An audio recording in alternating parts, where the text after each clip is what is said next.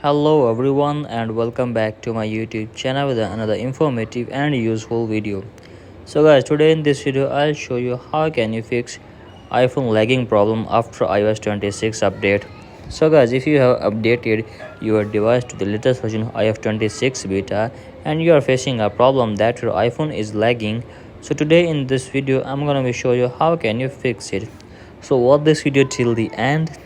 So guys, first of all you have to just simply open the settings, scroll it below and then tap on screen time, scroll down and then tap on content and privacy restriction and turn this toggle off.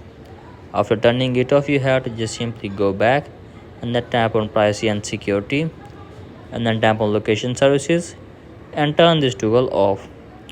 After turning it off you have to just simply go back and then tap on general, scroll down and then tap on VPN and device management and make sure that there is not connected any of the VPN.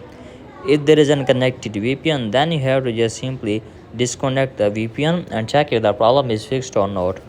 If you are having still this problem, then you have to just simply restart your device for one time. So guys, do this and after that check if your problem is fixed or not. If you are having still this problem, then you have to just simply tap on background app refresh and turn this toggle off and then check if your problem is fixed or not.